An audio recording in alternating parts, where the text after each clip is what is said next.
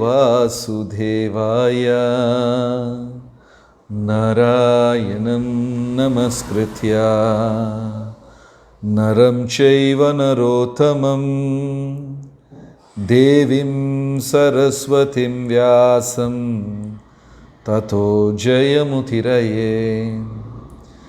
हे कृष्णा करुणा सिन्धु दीनबन्धु जगत्पते गोपेश गोपिका कान्त राधाकान्त नमोस्तुते। तप्त कांचन गौरांगी राधे वृंदावनेश्वरी वृषभानुसुते देवी प्रणमामि हरिप्रिये।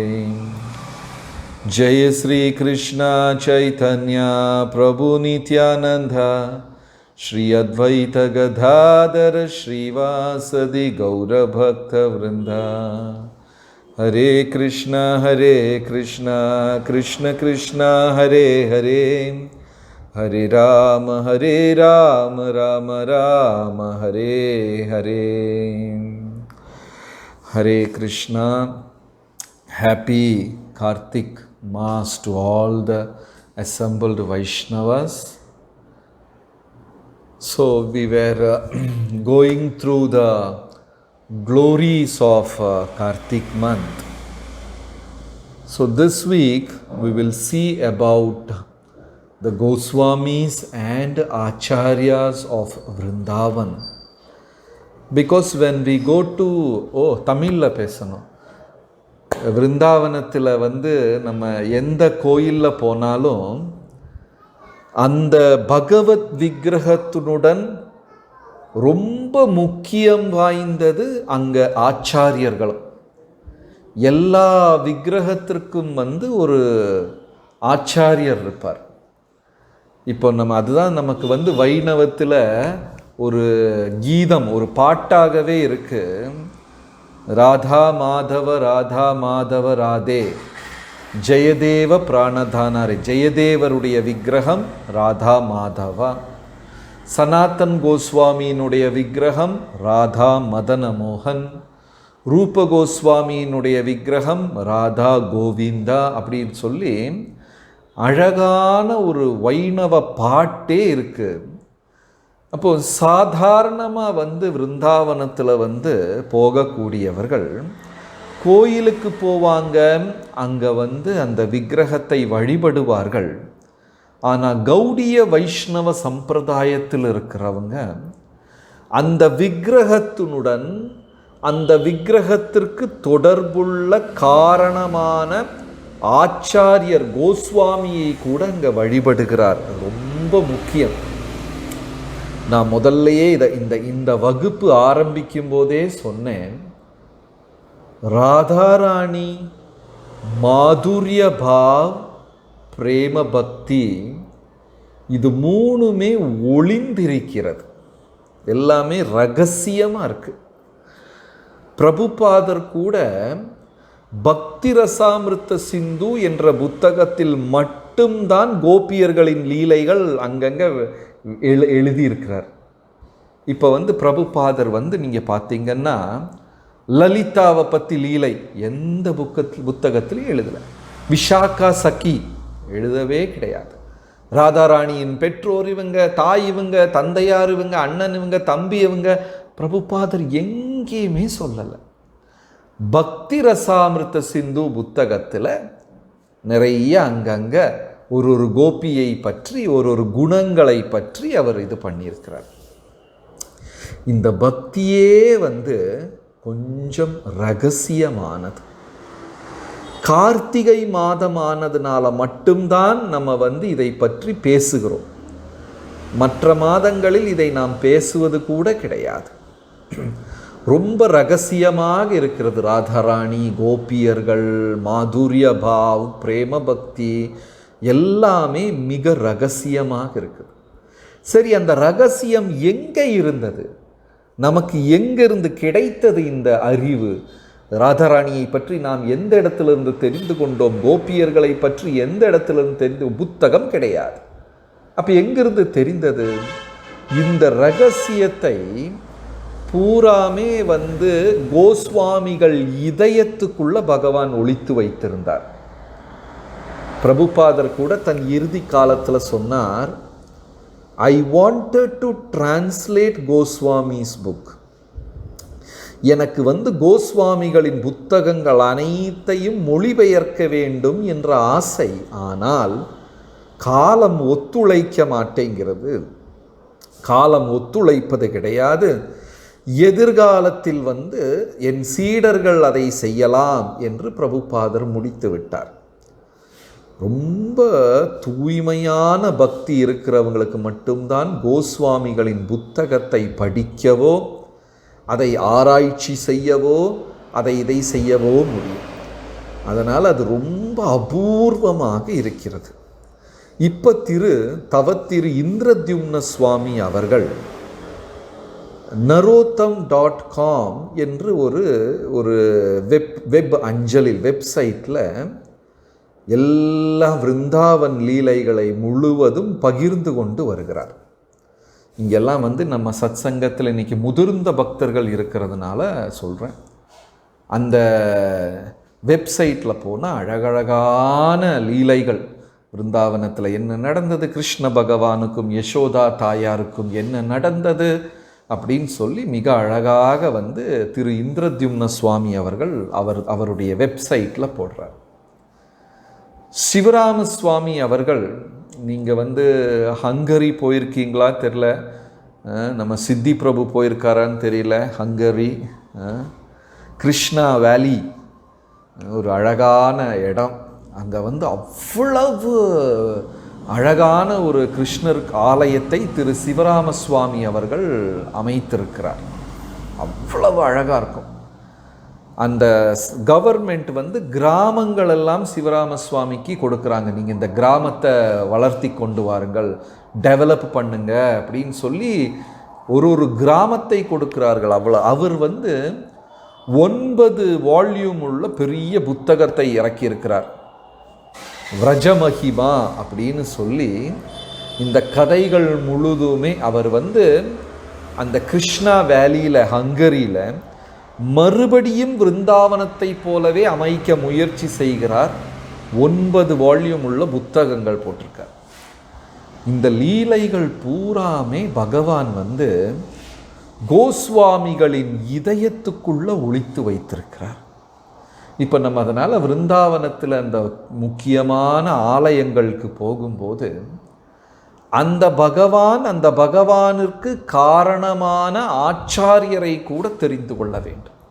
அப்போதான் அந்த பக்தி என்ன ஆழமானது என்று புரிய முடியும். இப்போது இந்த 7 முக்கியமான கோயில்கள் இருக்குது விருந்தாவனத்தில்.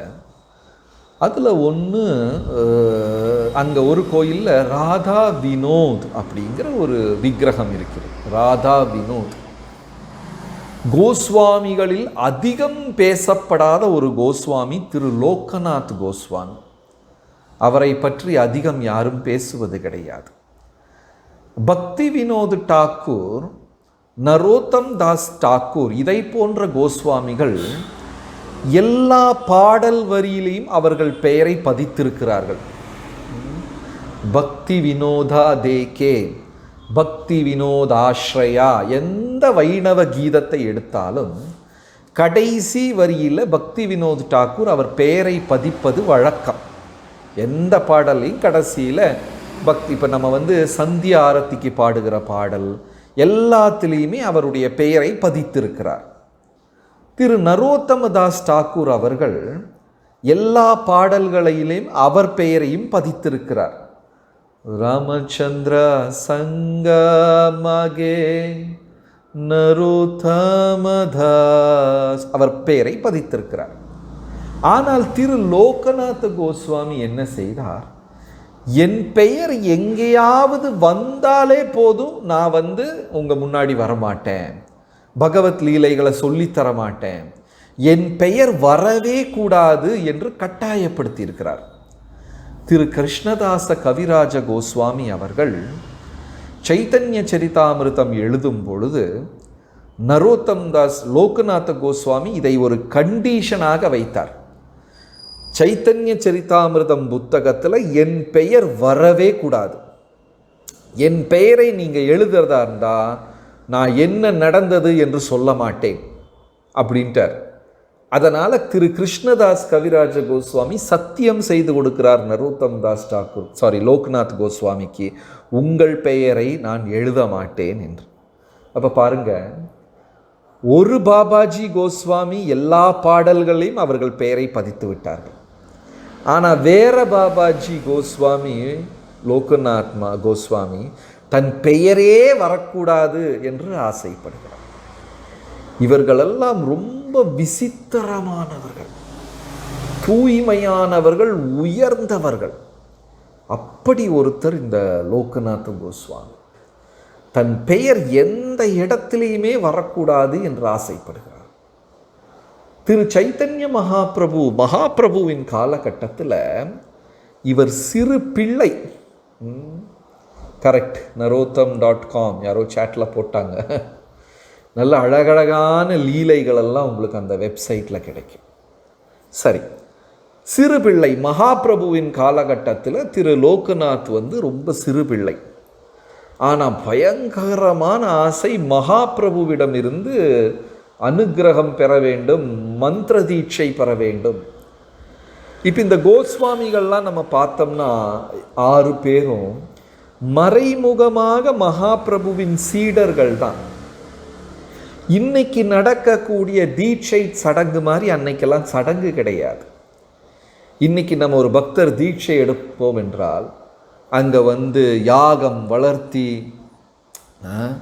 கொஸ்டின் ஆன்சர்ஸ் எல்லாம் நம்ம எழுதி, அது சிலவங்க திருத்தி மார்க்கெல்லாம் கொடுத்து ஒரு ரொம்ப என்ன சொல்லுவது, ஒஃபீஷியலாகத்தான் இன்று நாம் தீட்சை பெறுகிறோம்.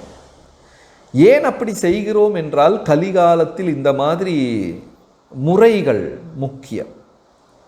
ஆனால் திரு சைத்தன்ய மகாபிரபுவின் காலகட்டத்தில் இப்படிப்பட்ட முறைகளெல்லாம் கிடையாது. வைணவர்கள் செல்வார்கள், குருவை பார்ப்பார்கள், என்னை சீடனாக ஏற்றுக்கொள்ளுங்கள். குரு ஒன்றா சரி, இல்லைன்னா இல்லை, அவ்வளோதான், வேற ஒன்றுமே கிடையாது. ஆனால் இந்த வைணவ தீட்சை பெற போகிறவர்கள்லாம் யார்? சாதாரண மனிதர்கள் கிடையாது. ரூப கோஸ்வாமி, ரகுநாத தாச கோஸ்வாமி, சனாதன ரொம்ப மிக பெரும் உயர்ந்த வைணவர்கள். இவர் சிறு பிள்ளை. அந்த நேரத்தில் இவருக்கு இந்த லோகநாதருக்கு எப்படியாவது மகாபிரபுவிடம் சரணடைந்து விட வேண்டும் என்ற பெரும் ஆசை. அவர் போறார் மகாபிரபுவை பார்ப்பதற்காக. பூரியிலே சேர்ந்த உடனே எல்லா வைணவர்களும் சொன்னார்கள், ஐயோ இப்போதான் மகாபிரபு போறாரு, தென்னிந்திய பயணத்திற்காக போறாரு, யாரையுமே அவர் கூட கூட்டிட்டு போல. நாங்கள்லாம் எவ்வளவோ வலுக்கட்டாயமாக மகாபிரபு தென்னிந்திய பயணத்திற்கு போன பொழுது நித்யானந்த பிரபு மற்ற வைணவர்களெல்லாம் கூட வர வேண்டும் என்று ரொம்ப கட்டாயப்படுத்தினார்கள். ஆனால் மகாபிரபு எல்லாரையுமே வேண்டாம் என்று சொல்லி ஒரே ஒரு பக்தனை மட்டும் அழைத்து கொண்டு போனார். காலா கிருஷ்ணா அப்படி என்னமோ பெயர், கிருஷ்ணதாஸ் காலா என்னமோ பெயர். அவரை மட்டும்தான் அழைத்து கொண்டு போனார், யாரையுமே கூட்டி கொண்டு போகவில்லை. மகாபிரபு தனியாக தான் போனார். இந்த லோகநாத கோஸ்வாமி அதே பாதையை பின்தொடர்ந்து போகிறார். அப்போ எந்த ஊருக்கு போனாலும் எல்லாரும் சொல்லுவாங்க, மகாபிரபு இப்போதான் போனார், 1 வாரம் முன்னாடி போனார், 2 வாரம் முன்னாடி போனார் அப்படின்னு சொல்லுவாங்க. மகாபிரபு தென்னிந்திய பயணம் செய்தது 6 வருடம். ஃபுல்லாக ஜெகநாத்புரியிலிருந்து நடந்து விருந்தாவனத்திற்கு போய் மறுபடியும் ஜெகநாத்புரிக்கு அவர் எடுத்த நேரம் 6 வருடம். இந்த லோகநாத் கோஸ்வாமி அவரும் மகாபிரபு பின்னாடியே போயிருக்கார். எந்த ஊருக்கு போனாலும் இப்போதான் அடுத்த ஊருக்கு போனாங்க, இப்போதான் அடுத்த ஊருக்கு போனாங்க. இவருக்கு அவ்வளவு கவலையாக இருக்கும். அதாவது அந்த ஒரு ஃபீலிங், அந்த ஒரு அனுபவம் வர வேண்டும் என்று பக்தர்கள், புராணங்கள், பாகவதம் சொல்லுகிறது. அதாவது கிருஷ்ணரை வந்து இழந்தோம் என்றால் ஒரு தவிப்பு வரணும் அப்படின்னு அதெல்லாம் நம்மளால சிந்திச்சு பார்க்க கூட முடியல. கிருஷ்ணருடைய நாமத்தில் ருசி கிடைக்கலன்னா நமக்கு ஒரு ஆங்ஸைட்டி, கிருஷ்ணரை பற்றி தெரிந்து அப்படி அந்த நிலையில் நம்ம இருக்கிறோமா? கிருஷ்ணரை பற்றி தெரியாமல் போனால் ஒரு ஆங்ஸைட்டி அப்படியெல்லாம் நமக்கு இருக்கா? தெரியல. Are we anxious, so restless to know about Krishna? பகவானை பற்றி தெரிந்து கொள்ள பகவானின் நாமத்தில் ருசி கிடைக்க மாட்டேங்குது கிருஷ்ணா. அந்த நிலையிலாம் நம்ம இருக்கிறோமாங்கிறதே ஒரு பெரிய கேள்விக்குறி. நம்ம நிறைய எல்லாருமே சேவைகள் செய்கிறோம், நிறைய சேவைகள் சொல்கிறோம். பட் இப்போவும் மனதளவில் ஆன்மாவின் அளவில் பகவானை தெரிந்து கொள்ள வேண்டும் அப்படிங்கிற அந்த ஆசை உணர்வு ரொம்ப கம்மியாக தான் இருக்குது. ஆனால் திரு லோகநாத் அவர்களுக்கு வந்து மகாபிரபுவை அப்படியே பின்தொடர். சிறு பையன் எங்கே போனாலும் பின்னாடியே போயிட்டு இருக்கார். ஆனால் போக போக போய்விட்டார் என்று சொல்லுகிறார்கள். அவருடைய தவிப்பு, அவருடைய அந்த அமைதியற்ற நிலை, ரெஸ்ட்லெஸ் நேச்சர் அதிகமாயிட்டே இருக்கு. அப்படி கடைசியில் விருந்தாவனத்துக்கு வந்து விட்டார். 6 வருடம் நடந்திருக்கிறார் பின்னாடியே. 6 வருடம் எல்லாம் ரொம்ப லேசுப்பட்ட காரியங்கள் கிடையாது. இந்த காலத்திலெல்லாம் ஒரு குரு சீடனுக்கு தீட்சை கொடுக்க மாட்டேன் என்று சொல்லிவிட்டால் சிஷ்யன் சொல்லுவான், நான் வேற குருவை பார்த்துக்கிறேன். இஸ்கான்ல 60 குரு இருக்காங்க, நீங்க இல்லைன்னா என்ன வேற குருவை பார்த்துக்கிறேன்ட்டு போயிடுவாங்க. ஆனால் அந்த காலத்தில் அவர் 6 வருடம் பின்னாடியே நடந்திருக்கிறார் லோக்நாத். கடைசியில் விருந்தாவனத்துக்கு வந்த உடனே எல்லாரும் சொன்னாங்க, இப்போ தான் மகாபிரபு ஜெகநாத் பூரி மறுபடியும் போய்விட்டார், ஆரம்பித்த இடத்திலேயே போய்விட்டார் மகாபிரபு, பூரிக்கு போய்விருக்கு. இவருடைய தவிப்பு பல மடங்கு அதிகமானது. அப்புறம் ஓட ஆரம்பித்தார், ரொம்ப வேகமாக பயணம் செய்ய ஆரம்பித்தார். அப்படி வேகமாக பூரியில் போன உடனே பக்தர்கள்லாம் சொல்லிட்டாங்க, மகாபிரபு இந்த உலகத்தை விட்டுட்டே போயிட்டார், அவர் லீலையை முடித்து கொண்டார். இதயமே வெடித்து போனது. அந்த சிறு லோகநாதர் இதயமே வெடித்து தாங்க முடியும். 6 வருடமாய் எதிர்பார்ப்போட நாளைக்கு பார்ப்போம், அடுத்த நாளைக்கு பார்ப்போம், தற்கொலை செய்து கொள்ள முடிவு செய்கிறார்.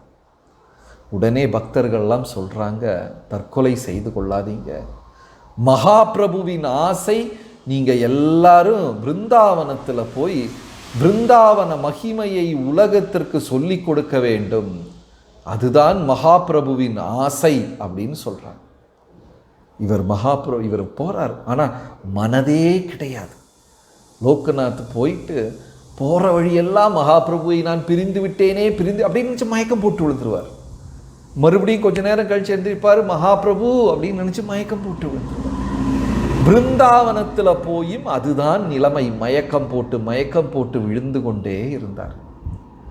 பகவானுக்கே அந்த லோகநாதரை பார்த்து துக்கம் தாங்கல, அவ்வளவு ஒரு சங்கடமா இருந்தது. அழுது புலம்பி முகமெல்லாம் சோர்ந்து போய் உடனே பகவான் என்ன செய்கிறார், சின்ன ஒரு விக்கிரகமாக, மிக அழகான விக்கிரகமாக, நீங்கள்லாம் ராதாரமன்ஜி பார்த்துருப்பீங்க பிருந்தாவனத்தில், ரொம்ப அழகான விக்கிரகம் ராதாரமன்ஜி. ராதாரமணருக்கு வந்து பல்லுண்டு, நகம் உண்டு. அடுத்த முறை போகும்போது நல்லா ஜூம் பண்ணி பாருங்க, அவருக்கு பல் இருக்கு, நகம் இருக்கு. அந்த மாதிரி அழகான ரொம்ப சிறு விக்கிரகம்தான் ராதா வினோத். ராதா கோகுலநந்தா என்ற கோயிலில் இந்த விக்கிரகம் இருக்கிறது விருந்தாவனத்தில். ராதா வினோத் விக்கிரகம் ராதா கோகுலநந்தா என்ற கோயிலில் இருக்கிறது. அந்த விக்கிரகம் பகவான் வந்தார், வந்து விட்டு லோகநாதரை வந்து காப்பாற்ற முயற்சி செய்கிறார். லோகநாதர்கிட்ட பகவான் சொல்லுவார், எனக்கு ரொம்ப பசிக்குது, ஏதாவது சாப்பிடத்தான். கிருஷ்ணரே பசிக்குதுன்னு கேட்குறாரேன்னு சொல்லிவிட்டு லோகநாதர் வந்து பிக்ஷை, அந்த காலத்துலலாம் இவங்க வந்து இந்த கோஸ்வாமிகள் எல்லாருமே பிக்ஷை பிச்சை எடுத்து தான் வாழ்ந்தார்கள். பாபாஜி சம்பிரதாயத்தில் ஆக்சுவலி அது அப்படிதான் சட்டம். ஆனால் இஸ்கானில் நம்ம வந்து அப்படி ப்ராக்டிஸ் பண்ணுறது கிடையாது. அனைத்து துறவிகளும் சந்நியாசிகளும் பிச்சை எடுத்துத்தான் வாழ வேண்டும். மகாபிரபு கூட பிச்சை எடுக்க போனார். ஸ்வரூப் தாமோதர் வந்து சொன்னார், மகாபிரபுடைய 2 க்ளோஸ் ரொம்ப நெருக்கமானவர்கள் ஸ்வரூப் தாமோதர், ராமானந்தராய், ஜெகநாத்புரியில் இருக்கும்போது மகாபிரபுவின் மனதை புரிந்து கொண்டவர்கள் இவங்கெல்லாம். ஸ்வரூப் தாமோதர் வந்து சொல்கிறாரு, மகாபிரபு தயவு செய்து செய்யாதீங்க, நாங்கள்லாம் இருக்கும்போது நீங்கள் செஞ்சால் எங்கள் இதயம் வெடிச்சிரும், நீங்கள் செய்யக்கூடாது, உங்களுக்காக நாங்கள் பிச்சை எடுக்க போகிறோம் என்று சொல்லி, அப்படித்தான் இந்த சோட்டா ஹரிதாஸ் எல்லாம் பிச்சை எடுக்க போகிறார். அவங்கெல்லாம் மகாபிரபுவுக்காக பிச்சை எடுக்க போகிறார்கள் தினமும். இல்லைன்னா மகாபிரபு பிச்சை எடுக்க போக வேண்டியது. அப்படித்தான் ஒரு துறவி வாழ வேண்டும், அதுதான் சட்டம். நம்ம வைணவத்தில் கூட அப்படித்தான் இருக்கிறது. ஆனால் இஸ்கான் ரொம்ப பெருசாக வளர்ந்து விட்டது, பிரச்சாரத்திற்கு முக்கியத்துவம் வந்து விட்டது. அதனால் துறவிகள் வந்து பெக்கிங் போகிறதில்லை. ஆம்ஸ் ஒரு துறவி, ஒரு சந்நியாசி குறிப்பாக பிச்சை எடுத்தே தான் தன் தர்மத்தை நிலைநாட்ட வேண்டும். இது வந்து சந்நியாச தீட்சையின் ஒரு பகுதி. மகாபிரபுவே தயாராக இருந்தார். ஹரிதாஸ் டாக்கூர் இறந்தவுடன், ஹரிதாஸ் டாக்கூரின் உயிர் பிரிந்ததுக்கு அப்புறம் மகாபிரபு போனார் ஜெகநாத்புரியில். அந்த மார்க்கெட் வீதியில் போய் அவர் போய் பிச்சை எடுத்தார். ஏதாவது தாங்க, ஒரு வைணவருக்கு நாம் பிரசாதம் கொடுக்குறோன்னு சொல்லி.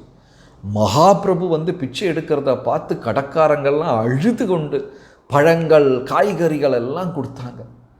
மறுபடியும் ஸ்வரூப் தாமோதர் போய் சொன்னார், நாங்கள் பார்த்துக்கிறோம், நீங்கள் செய்யாதீங்க என்று தடை செய்தார்.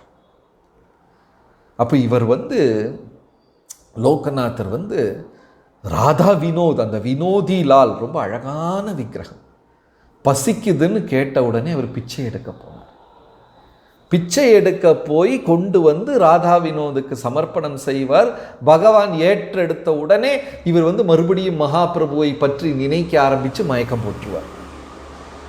கொஞ்ச நேரம் கூட மனசு அமைதியாக இருக்காது. மகாபிரபு என்னை விட்டு பிரிந்து விட்டாரே, மகாபிரபு என்னை விட்டு பிரிந்து விட்டாரே என்று நினைத்து நினைத்து அழுது அழுது உருகி அவர் மயக்கம் போட்டுருவார்.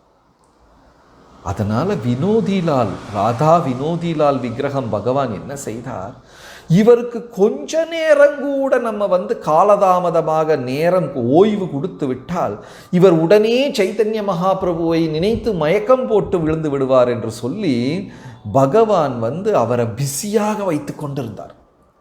எனக்கு பசிக்குது, சரி உணவு கொடுத்தாச்சுன்னா எனக்கு வந்து ரொம்ப இதாக களைப்பாக இருக்குது, என்னை ஊஞ்சலில் உட்காந்து ஆட்டவை. அப்போ உடனே இவர் ஊஞ்சல் கட்டி ஆட வைப்பார். ஆட வச்சோன்னே எனக்கு சோர்வாக இருக்குது, எனக்கு தூங்கணும்னு பாட்டு பாடு. சரி சோர்வாக இருக்குது, பாட்டு பாடு. எனக்கு ஒரே இடத்துல இருந்து போர் அடிக்குது, நீ எங்கே போனாலும் என்ன கொண்டு போ. அப்படித்தான் என்ன செய்தார் லோகநாதர், ராதா வினோதை கழுத்தில் கட்டி தொங்க விட்டார். கழுத்தில் வந்து ஒரு சின்ன பெட்டி மாதிரி கட்டி. இன்றைக்கு கூட நிறையா பேர் விருந்தாவனத்தில் மாயப்பூரில் போனீங்கன்னா அவர்கள் விக்கிரகத்தை கழுத்தில் கட்டி கொண்டு அப்படியெல்லாம் தூக்கி கொண்டு நடப்பார்கள். ஆனால் அந்த அளவுக்கு லோகநாதரை போல உயர்ந்தவர்கள் கிடையாது நம்மெல்லாம். நம்ம அப்படி தூக்கி கொண்டு நடந்தாலும் தேவையான மரியாதை செலுத்த மாட்டோம். ஆனால் லோகநாதர் வந்து ராதா வினோதை கழுத்தில் கட்டிக்கொண்டே ஊரூராக சுற்றி கொண்டிருந்தார். பகவான் எதற்காக அவர் கூட பயணம் செய்தார்? ஒரு நிமிஷம் சும்மா விட்டாலும் இவர் மயங்கி விழுந்து விடுவார். மகாபிரபுவை நினைத்து மகாபிரபுவின் விரகத்தில் உருகி மயங்கி விழுந்து விடுவார் என்று சொல்லி பகவானும் அவரை வந்து ரொம்ப நெருக்கமாக வைத்து கொண்டார்கள். அப்போ நம்ம அங்கே போனோம்னா, ராதா கோகுலநந்தா கோயிலில் போனால் அந்த ராதா வினோதிலால் விக்கிரகத்தை பார்க்கும் பொழுது லோகநாதருக்கும் ராதா வினோதுக்கும் இருந்த நெருக்கமான உறவு, இது கௌடிய வைணவர்களுக்கு மட்டும்தான் விருந்தாவனத்தில் புரியும். மற்றவர்களெல்லாம் கோயில் கோயிலாக செல்வார்கள், பிரார்த்தனை செய்வார்கள், போய்விடுவார்கள். ஒரு கோயிலுக்கும் ஒரு ஆச்சாரியர் உண்டு.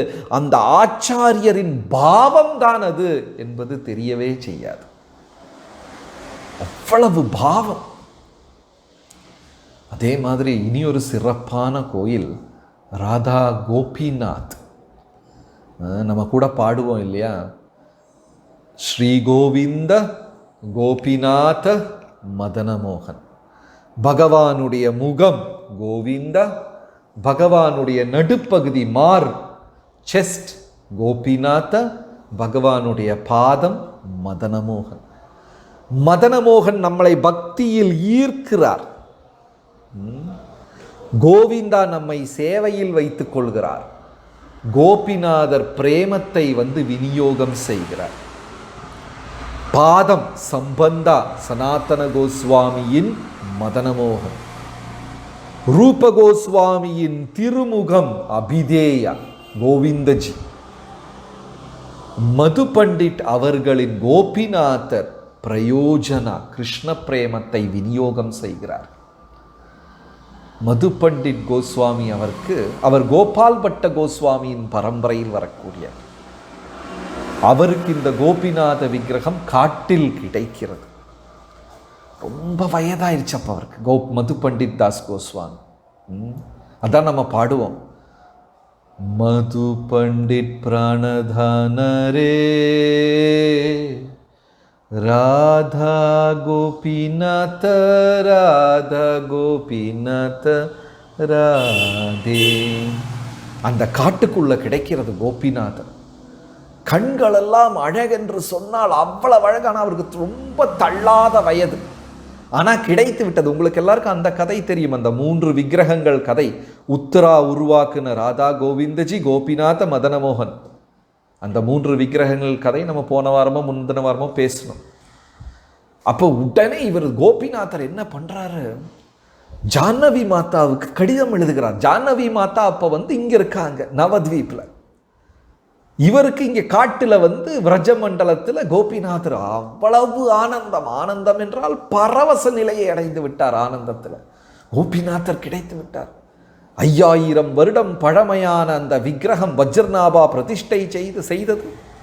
உத்தரா கண்டுபிடித்த விக்கிரகம் ஆனந்த நடனமாடு. ஆனால் அவருக்கு ரொம்ப வயதாகிவிட்டது, சேவை செய்ய முடியாது. சரின்னு சொல்லி ஜானவி மாதாக்கு கடிதம் எழுதுகிறார்கள். அன்னைக்கு ஜானவி மாதா மட்டும்தான் இருக்கிறாங்க. மகாபிரபு போய்விட்டார், நித்யானந்தர் போய்விட்டார், அத்வைதாச்சாரியா போய்விட்டார், கதாதர் போய்விட்டார், ஸ்ரீவாஸ் டாக்கூர் போய்விட்டார்கள், எல்லாரும் போய்விட்டாங்க. எல்லாருமே லீலைகளை முடித்துக்கொண்டு போய் ஜானவி மாதா மட்டும்தான் இருந்தார். ஒரு காலகட்டத்தில் ஜானவி மாதா பக்தி இயக்கத்திற்கு ஒரு உருவமே கொடுத்தார்கள். அப்போ ஜானவி மாதா உடனே பயணம். கோபிநாதர் கிடைத்து விட்டார். அவங்களுடைய அந்த பக்தர்கள் அவங்களுடைய ஈடுபாடு பார்க்கணுமே. கோபிநாதர் கிடைத்து விட்டார் என்று சொல்லி ஜானவி மாதா பயணம் தொடங்கி விட்டார்கள். நேராக நவத்வீப்லேருந்து விருந்தாவன் விட்டார். பார்த்தா கோபிநாத்தின் அழகு, பெரிய பெரிய பெரிய பெரிய கண்கள். ஆன்மீகத்தில் இருக்கிறவங்களுக்கெல்லாம் கண்ணு பெருசாக இருக்குமா. அதாவது பரிசுத்தமான கிருஷ்ண பக்தியை பயிற்சி செய்ய கண்கள் அப்படியே விரியும் என்று புராணங்கள் சொல்லுகின்றன. காமம் குரோதம், கோபமும் காமத்தையும் விட அதை துறக்க கண்களெல்லாம் அப்படியே விரிஞ்சு அதில் ஒரு காந்த சக்தி வரும். நிறைய பேர் சொல்லுவாங்க, இஸ்கான் துறவிகளை எல்லாம் பார்த்தா அப்படியே ஜொலிக்கிறாங்க அவங்க தேஜஸ்ல. பிரபுபாதர் இருக்கும்போது யாரும் எதிர்த்தே பேச மாட்டார்கள். அவர் என்ன சொல்றாரோ அதுதான் சட்டம். ஏன்னா பிரபுபாதரின் தேஜஸ் அவ்வளவு சுவாதீனம், அவ்வளவு இன்ஃப்ளூயன்ஸ். கோபிநாதரின் கண்ணை பார்த்தார், அவ்வளவு அழகு. பக்கத்தில் ராதாராணியின் விக்கிரகம் இருந்தது. ரொம்ப சிறு விக்கிரகம். கோபிநாதர், நீங்கள் ராதா கோபிநாத்ஜி டெம்பிள் போயிருக்கீங்களான்னு தெரியல, போனால் மனசில் யோசிச்சு பாருங்க. கோபிநாதரின் விக்கிரகம் மிக பெரிது, ராதாராணியின் விக்கிரகம் ரொம்ப சின்னது. உடனே ஜானவி மாதா மனதால நினைக்கிறாங்க, கோபிநாதருக்கு ராதாராணி மேட்ச் கிடையாது, ஹைட்டு ரொம்ப வித்தியாசமாக இருக்குது, ஒரு மேட்சிங் கிடையாதே அப்படி என்று ஜானவி மாதா மனதால் ஒரு நிமிடம் நினைக்கிறார்கள். நினைத்த உடனே அவங்க நான் ஏன் இப்படி நினைக்கிறேன், இப்படி நினைக்கக்கூடாது, இது தப்பு, பகவானுடைய விருப்பம். ராதாராணியில் என்ன சின்ன ராதாராணி பெரிய ராதாராணி, எல்லாமே ராதாராணி தானே, நான் ஏன் அப்படி நினைக்கிறேன் அப்படின்னு ஜானவி மாதா தன்னையே திருத்திக் கொள்கிறார்கள். போய் உறங்கினார்கள். அன்றைக்கு ஓய்வு எடுத்தாங்க. கோபிநாத்ஜி கனவுல வந்து சொல்லுகிறார், ஆமாம் ஜானவ மாதா, ராதாராணி என் ஹைட்டுக்கு ரொம்ப சின்னது, பெரிய ராதாராணியை கொண்டு வா அப்படிங்கிறார். ஜானவி மாதா சொல்கிறாங்க, பெரிய ராதாராணியை கொண்டு வா, இந்த ராதாராணி ரொம்ப சின்னது. அதனால் அவங்க ஆனந்தத்தில் பரவச நிலையை அடைந்து உடனே கடிதம் எழுதுகிறார்கள். அந்த நேரத்தில் வந்து நரோத்தம் தாஸ் டாக்கூர், ஷியாமானந்தா இவங்கெல்லாம் நவத்வீப்பில் இருக்காங்க. இம்மீடியட்டாக பெரிய ராதாராணி, இவ்வளோ பெரிய ராதாராணியை நீங்கள் தயார் செய்ய வேண்டும், அது இது வைணவர்களுக்கு பூரான் செய்தி. நரோத்தம் தாஸ் டாக்கூர் தன்னுடைய சீடனான ராஜா பீர்ஹம்பீர், ஒரிசா மாநிலம் பீகார் மாநிலத்தின் அரசர், அவர் தான் வேதங்கள் புராணங்கள் திருடி வைத்தவர், அந்த புத்தகங்களை திருடி ராஜா பீர்ஹம்பீர், அந்த முழு நகரவுமே வைணவா சிட்டி, அவருக்கு கடிதம் போட அங்கே கடிதம் போட அப்படியே ஊர் புறம் செய்தியாகிவிட்டது. புது ராதாராணி கோபிநாதருக்காக நவத்வீப்லேருந்து வர்றாங்க. மாத கணக்காச்சு அந்த விக்கிரகம் கங்கையிலையும் காலவண்டியிலையும் வர. தெருவில் 2 பக்கமும் கோடிக்கணக்கான ஊர் மக்கள் எல்லாம் நின்று கொண்டு அந்த பூக்கள் எரிந்து ராதாராணியை பிரார்த்தனை செய்து கொண்டார். அவ்வளவு திருவிழாவாக பெரும் விழாவாக ராதாராணி கோபிநாதருக்கு வந்தார். கோபிநாதருக்கு வந்து ராதாராணி பிரதிஷ்டை நடந்தது. அழகாக கரெக்டாக இருந்தது, மேட்சிங்காக பிரதிஷ்டை நடந்தது. அதற்கப்புறம் அந்த சிறு ராதாராணி ஜானவி மாதாவின் கனவுல வந்தாங்க. இனி நான் என்ன செய்யறது, பெரிய ராதாராணியை நீங்கள் பிரதிஷ்டை செய்து விட்டீர்கள், நான் என்ன செய்வது என்று சொல்லி சிறு ராதாராணி கனவில் வந்து கேட்கிறார் ஜானவி, நான் என்ன பண்ணுறது. ராதாராணிக்கு ஐயோ, இப்போ ஜானவி மாதாக்கு என்ன பண்ணுறதுன்னு தெரியல. உடனே அந்த சிறு ராதாராணியை அனங்கமஞ்சரியாக பிரதிஷ்டை செய்கிறார்கள், ராதாராணியின் சகோதரி.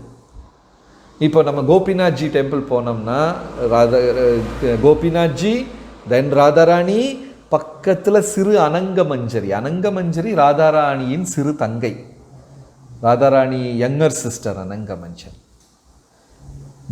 அப்போ மது பண்டிட் என்ன சொன்னார்னா, எனக்கு ரொம்ப வயசாயிடுச்சு, என்னால் இந்த விக்கிரகத்தை சேவை செய்ய முடியாது, அதனால் ஜானவ மாதா இனி இங்கேயே தங்கி நீங்கள் வந்து கோபிநாதரை சேவை செய்ய வேண்டும் என்று கேட்டுக்கொண்டார். அதன் பேரில் ஜானவ மாதா வாழ்க்கையை ராதா கோபிநாதருக்காக அர்ப்பணம் செய்தார். அதற்கப்புறம் பிருந்தாவனத்தில் இருந்து கொண்டு பிரச்சாரத்தை பார்த்து கொண்டார்கள். ஆனால் அங்கிருந்து எங்கேயுமே போகலை. கோபிநாதரையே சேவை செய்து ஒரு நாளைக்கு தன் உயிர், ஜானவ மாதாவின் உயிர் நேராக போய் அந்த அனங்கமஞ்சரி விக்கிரகத்தில் சேர்ந்து விட்டது. ஜானவ மாதா அந்த கோபிநாதர் கோயிலில் தான் உடலை விட்டார்கள், அனங்கமஞ்சரி விக்கிரகத்தில் போய் சேர்ந்து விட்டார்கள். அவ்வளவு பக்தி.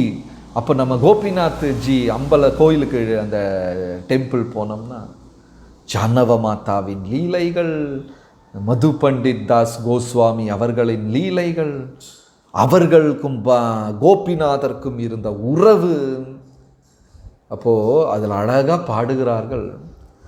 அங்கே வந்து சேவை செய்யக்கூடிய பக்தர்களுக்கெல்லாம் கோபிநாத்ஜி வந்து அப்படியே கிருஷ்ண பிரேமை கொடுத்து கொண்டே இருக்கிறார், அதை அப்படியே விநியோகம் செய்து கொண்டே இருக்கிறார் கோபிநாத்ஜி.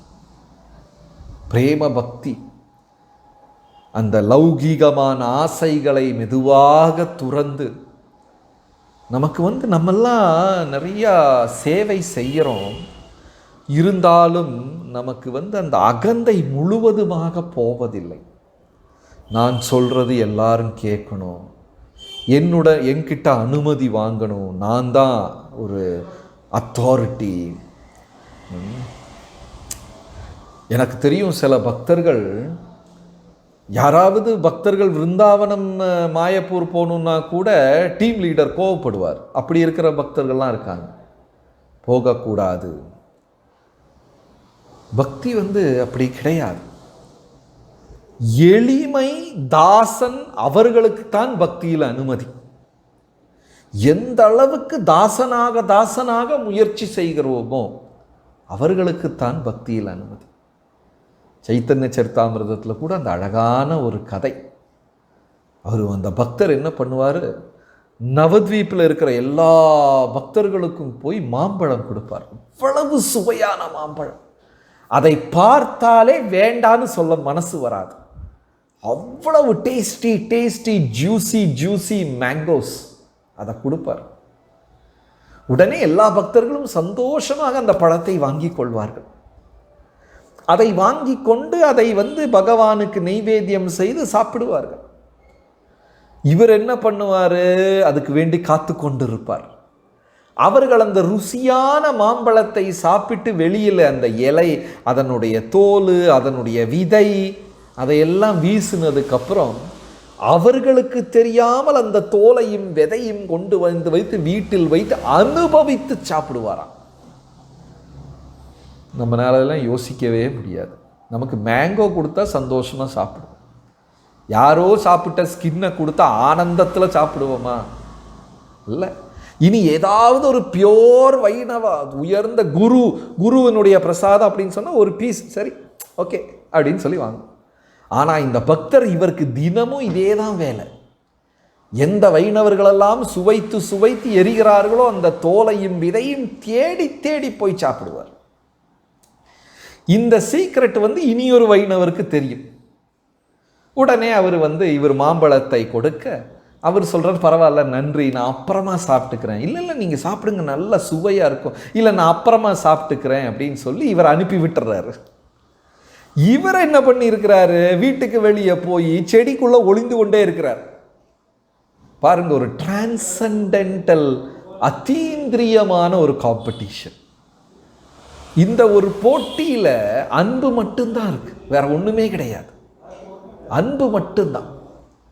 அவருக்கு தெரியும், இவர் நான் இலை அந்த தோலை வீசுனா சாப்பிட்றதுக்காக இவர் காத்து கொண்டு இருக்கிறார். அதனால் வேண்டான்னு அனுப்பிவிட்டார். அவர் என்ன நினைச்சார், அதை சாப்பிடாம நான் போகவே மாட்டேன்னு சொல்லி வெளியே போய் செடிக்குள்ளே ஒளிந்து கொண்டு இருக்கிறார். இவர் ரொம்ப நேரம் பொறுமையாக இருந்து வெளியெல்லாம் பார்க்குறார். அந்த வைணவர் போய்விட்டார், யாருமே இல்லை. அதுக்கப்புறம் இதை கொண்டு போய் பகவானுக்கு நைவேத்தியம் பண்ணி அந்த பழத்தை சுவைத்து சாப்பிடுகிறார். அவ்வளவு இனிப்பு, அவ்வளவு இனிமை அந்த மாம்பழம். எல்லாம் சாப்பிட்டுட்டு அதன் விதையெல்லாம் எடுத்துக்கொண்டு வெளியே மறுபடியும் பார்க்குறார், யாராவது அந்த பக்தர் இங்கே எங்கேயாவது இருக்கிறாரா? இல்லை. அதை கொண்டு போய் மண்ணை தோண்டி ஒரு குழி எடுத்து அந்த குழிக்குள்ளே ஒளித்து வைத்து விடுகிறார். இவர் அவ்வளவு நேரம் செடிக்குள்ளே ஒளிஞ்சுக்கிட்டே இருந்திருக்கிறார். அவர் போனதுக்கப்புறம் அந்த குழியை தோண்டி அதை எடுத்து மறுபடியும் இவர் சாப்பிடுகிறார். பாருங்க, ஆன்மீகமான போட்டி. வைணவர்கள் பிரசாதம் கிடைப்பது அவ்வளவு பெரிய விஷயம். அதுக்காக அந்த வைணவர் சாப்பிட்டு கொண்டு இருக்கும் போது போய் பிளேட்டில் கை வைக்கிறது, அவரை தொந்தரவு பண்ணுறது, சாப்பிட விடாமல் பிளேட்டை தூக்கிட்டு ஓடுறது, அதெல்லாம் செய்யக்கூடாது. அது மரியாதையுடன் அன்பால் பெற்றுக்கொள்ள வேண்டும். மரியாதையுடன் பெற்றுக்கொள்ள வேண்டும். ஒரு முறை பிரபுபாதர் முதல் முறையாக திரு இந்திரத்யும்ன சுவாமி அவர்கள் பிரபுபாதருடைய விமானத்தில் செக்ரட்டரியாக பயணம் செய்கிறார். சிறு வயது, கிருஷ்ண பக்தியில் 1 வருடம் அவ்வளோதான் ஆயிருக்கும். உடனே பிரபுபாதர் விமானத்தில் என்ன பண்ணுறார், இந்த டப்பாவை திறந்து பிரசாதம் சாப்பிடுகிறார். சாப்பிட்டு விட்டு பிரபுபாதர் என்ன ஒரு வாய் சாப்பிட்டு விட்டு இவர் கையில் கொடுக்குறார். இவருக்கு இது பழக்கம் இல்லை. இந்திரத்யும்ன மகாராஜாக்கு இது இப்படி ஒரு பழக்கம் இல்லை இல்லையா? இப்போ நம்ம கூட வைணவத்தில் வந்ததுனால இதை பற்றி தெரிந்து கொண்டோம். நம்ம இதில் வரலன்னு வச்சுக்கோங்க, நம்ம அப்பா அப்படியே கொஞ்சம் சாப்பிட்டு பாதி நீ சாப்பிட்றா அப்படின்னு நம்ம மகனை கொடுத்தா நீயே சாப்பிட்டுக்கோ அப்படின்றோம். அந்த கலாச்சாரம் நமக்கு கிடையாது. அப்போ பிரபுபாதர் என்ன செய்கிறார், இந்திரத்யும்ன மகாராஜாவிற்கு கொடுக்கிறார். அவர் என்ன செய்கிறார், இதை எப்படி சாப்பிடுவது, பழக்கம் இல்லை, மனது ஒப்புக்கொள்ள மாட்டேங்குது. அதனால் அப்புறம் செய்து கொள்கிறேன்னு எடுத்து மாற்றி பிரபுபாதரும் சொல்லுகிறார், நீங்கள் சாப்பிடுங்க. இவர் இல்லை அப்புறம் யூ டேக் அப்படின்னு என்கரேஜ் பண்ணுகிறார், தூண்டி விடுகிறார், உற்சாகம் ஊட்டுகிறார். அப்படியே இவர் சாப்பிடுகிறார். அதற்கப்புறம் தன் டைரியில் எழுதுகிறார், நான் அன்றைக்கு அதை சாப்பிடாமல் இருந்திருந்தால் இன்றைக்கு இந்த நிலையில் இருந்திருக்க மாட்டேன் என்று எழுதுகிறார். பகவானின் பிரசாதம், தூய வைணவர்களின் பிரசாதம் வாழ்க்கையில் கிடைப்பது மிக அரிது. அவர் மண்ணுக்குள்ள அந்த மாம்பழத்தோட தோலை போட்டு விதையை போட்டு மூடி வச்சார். இவர் அதற்கப்புறம் போய் அதை தோண்டி எடுத்துக்கொண்டு சாப்பிடுகிறார். அப்போ விருந்தாவனத்தில் நம்ம ஒரு கோயிலுக்கு போகும்போதும் அந்த ஆழமான வைணவர்களின் உறவு தெரியவர். அதே மாதிரி மிக முக்கியமான கோயில் கோவிந்தஜி.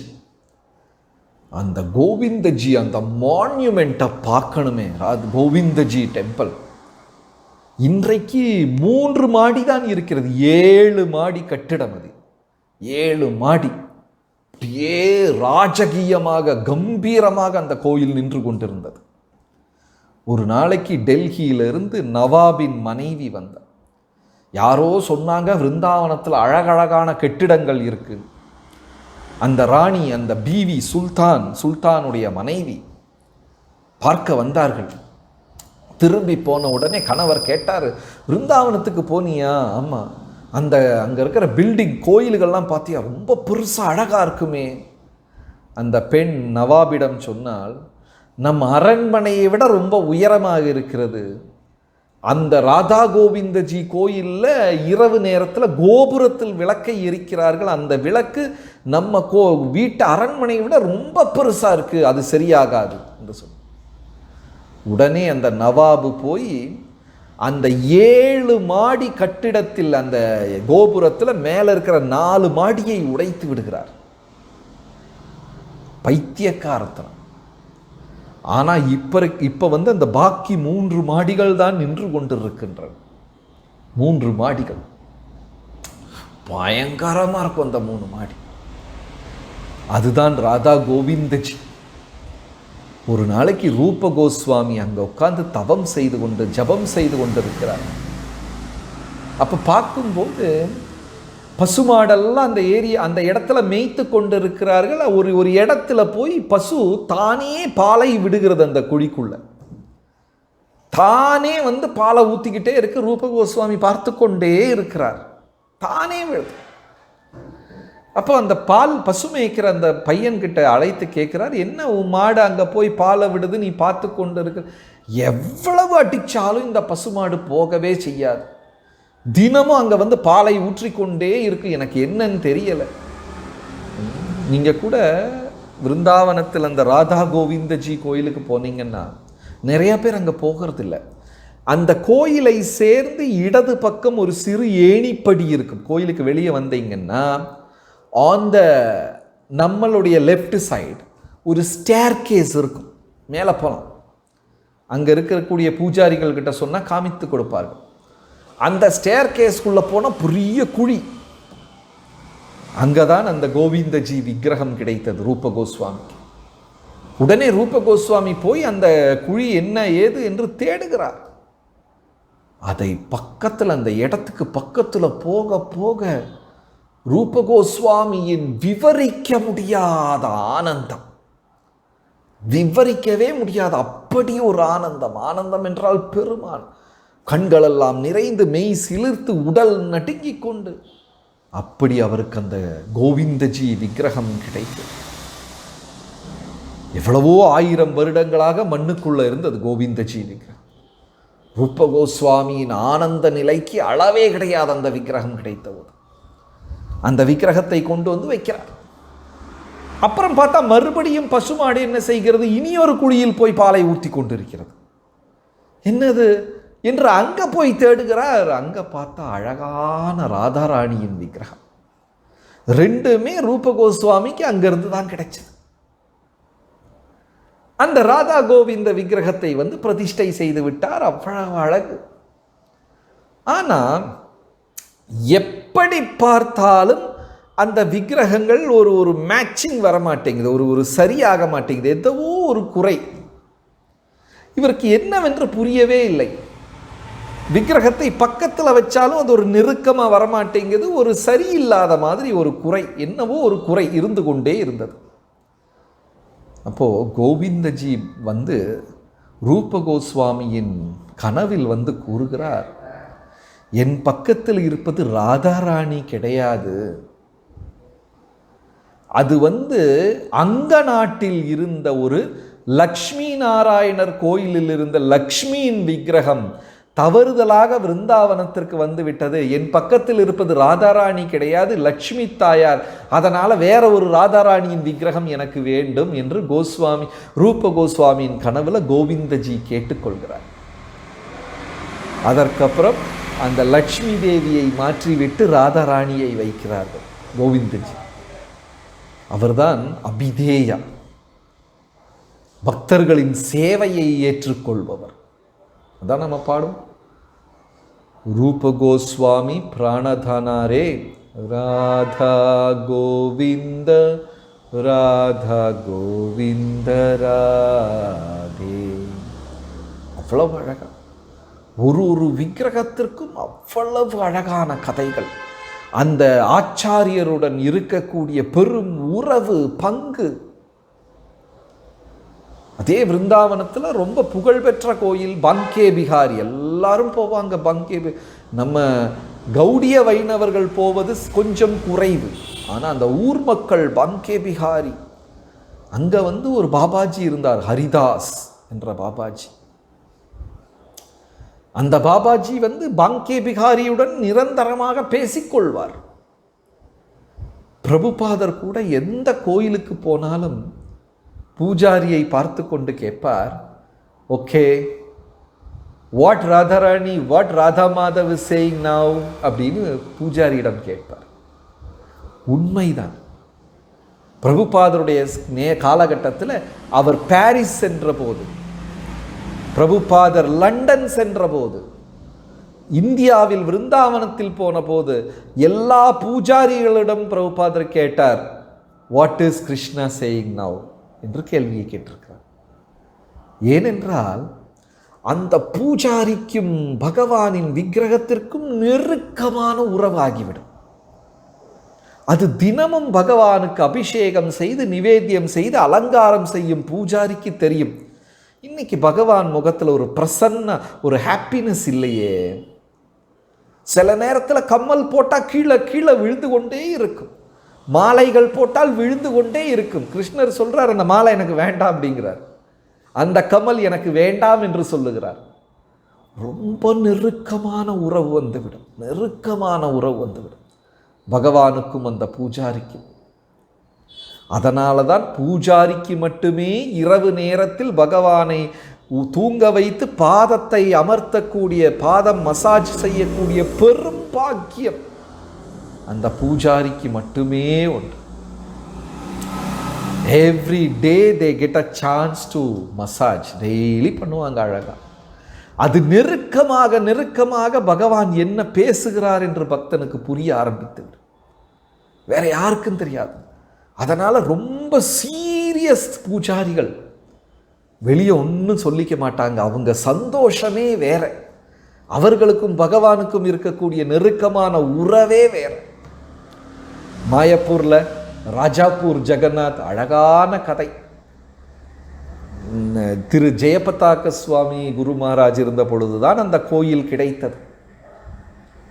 அப்போ வந்து ஒரு நேரம் தான் நிவேத்தியம். அங்கே ராஜாப்பூர் ஜெகநாதருக்கு வந்து ஒரு நேரம், அது என்ன நிவேத்தியம், சப்பாத்தி பூரி இல்லைன்னா சப்ஜி, அவ்வளோதான், ஒரே ஒரு பொருள் தான். அங்கே வந்து ஒரு பூஜாரி இருந்தார், சிறு பிரம்மச்சாரி, சிறு வயது பிரம்மச்சாரி. அவர் வந்து தினமும் வந்து திரு ஜெயபதாக்க சுவாமி குரு மகாராஜ் அவர்களிடம், எனக்கு கனவுல ஜெகநாதர் வந்து ஹி வாண்ட் மோர் ஆஃபரிங், நிறையா வேணும் நிறையா வேணும் அப்படின்னு கேட்டுக்கொண்டே இருக்கிறார் என்று சொன்னார்.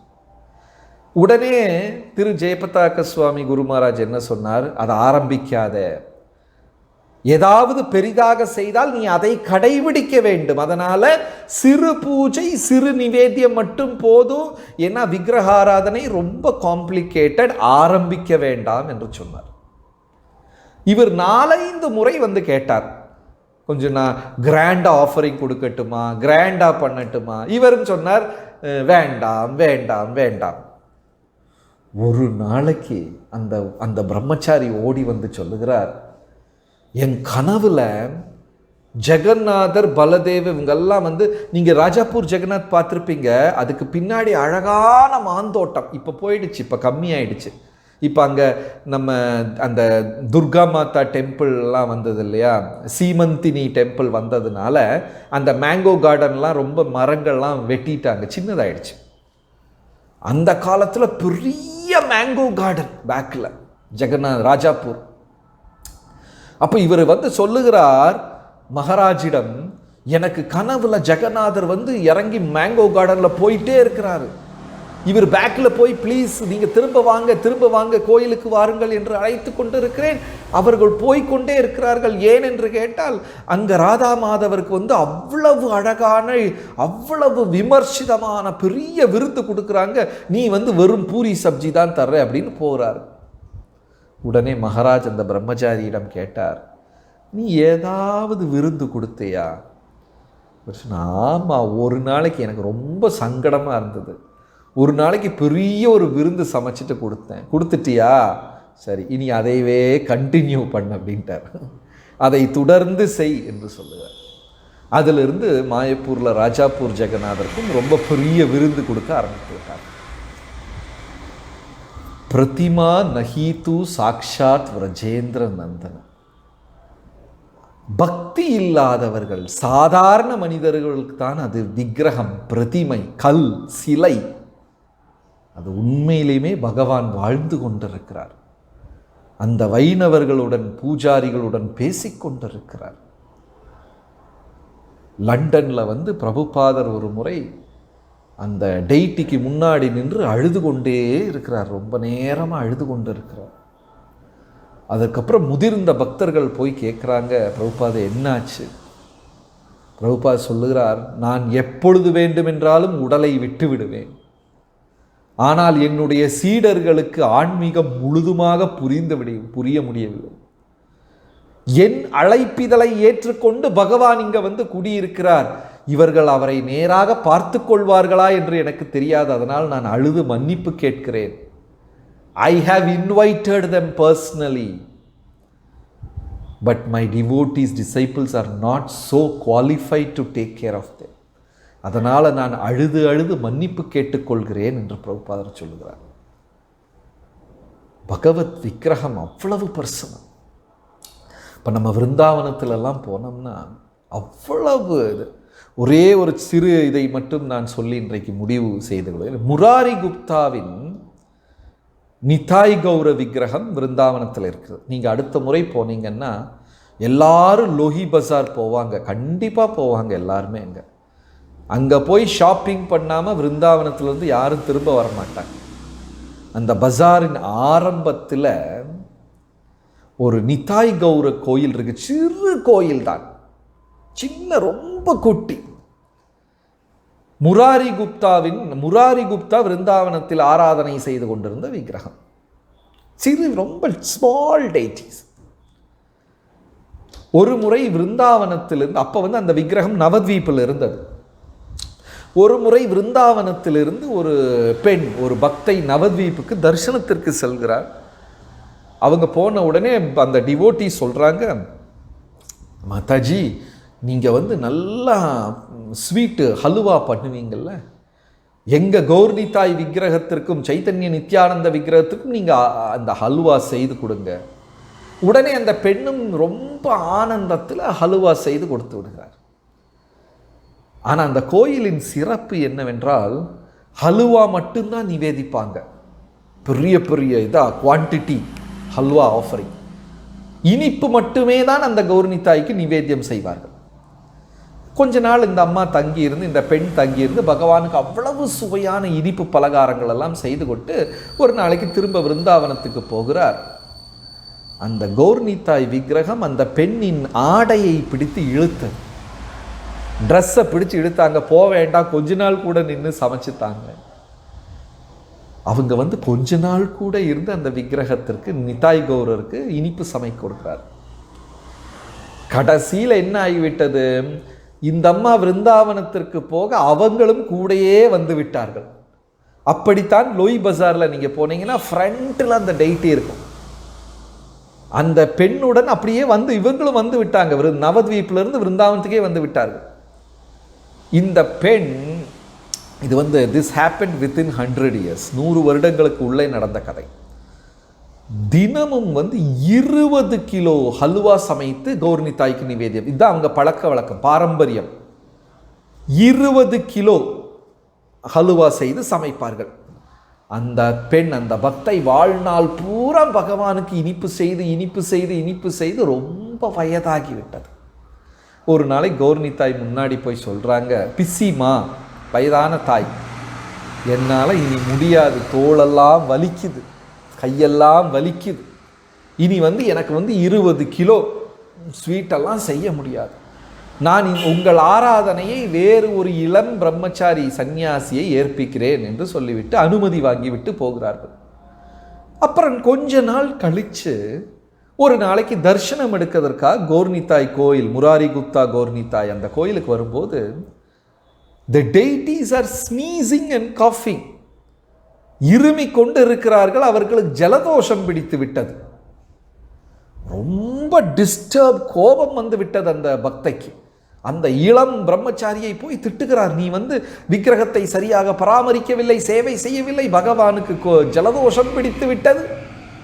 உடனே அவர் சொல்றாரு, நான் என்ன செய்ய, ரொம்ப குட்டி டெய்ட்டி, அபிஷேகம் பண்ணாலும் ப்ராப்பராக என்னால் துடைக்க முடியல, கரெக்டான ட்ரெஸ்ஸு போட முடியல, ரொம்ப சின்னதாக இருக்கே. அப்போ இவர்களும், நீங்கள் ரொம்ப சின்னதாக இருக்கீங்க, அந்த பாவம் பக்தர் என்னதான் பண்ணுவார். உடனே கௌர்னித்தாய் சிரித்து கொண்டு அந்த தாயிடம், அந்த வயதான பெண்ணிடம் சொல்கிறான், அப்படின்னா நீங்கள் என்ன பெருசாக்கிடுங்க. பெருசாக்கிறதா? எப்படி பெருசாக்கிறது? கௌர்னித்தாய் சொல்கிறாங்க, 20 கிலோ இனிப்பு நிவேத்தியம் பண்ணுறீங்கல்ல, நாளையிலிருந்து 40 கிலோ இனிப்பு நிவேத்தியம் பண்ணுங்க, நான் பெருசாகிறேன் அப்படிங்க. உடனே சிரித்து கொண்டு அடுத்த நாளைக்கு திருவிழா வைத்து 40 கிலோ ஹல்வா நிவேத்தியம் பண்ணுறாங்க. கர்டன் கோயிலை அடைத்து விட்டார்கள். நெய்வேத்தியம் நடக்கிறது, ஆஃபரிங் நடக்கிறது. அதற்கப்புறம் கர்டனை ஓப்பன் பண்ணுறாங்க. த கௌர்னித்தாய் ஹஸ் grown bigger, பெருசாக இருக்காங்க. இது 100 வருடங்களுக்குள்ள நடந்த லீலை விருந்தாவனத்தில். அந்த விக்கிரகங்கள், அதனுடைய ஆச்சாரியர்கள் மிகப்பெரிய பங்கு. யஸ்ய தேவே பராபக்திர் யதா தேவே ததா குரு தஸ்யை கதிதகி அர்த்த பிரகாசந்தே மகாத்மனஹா. எந்த ஒரு வைணவருக்கு ஹரியுடனும் குருடனும் துல்லியமான பக்தி இருக்கிறதோ, ஹரிகிட்டையும் பகவான்கிட்டையும் வைணவர்கள்கிட்டையும் ஒரே மாதிரி பக்தி, all the purports of Vedas will emanate from his heart. வேதங்களின் ரகசியம் அவன் இதயத்தில் தோன்றும் அப்படின்னு ஸ்லோகம். So happy Karthik month. எல்லா பக்தர்களுக்கும் தூய பக்தி கிடைக்க வேண்டும் என்று ஸ்ரீ ஸ்ரீ ராதா ஷியாமசுந்தர் அவர்கள் பாதத்தில் பணிவாக பிரார்த்தனை சமர்ப்பணம் செய்வோம். தேங்க்யூ. ஹரே கிருஷ்ணா.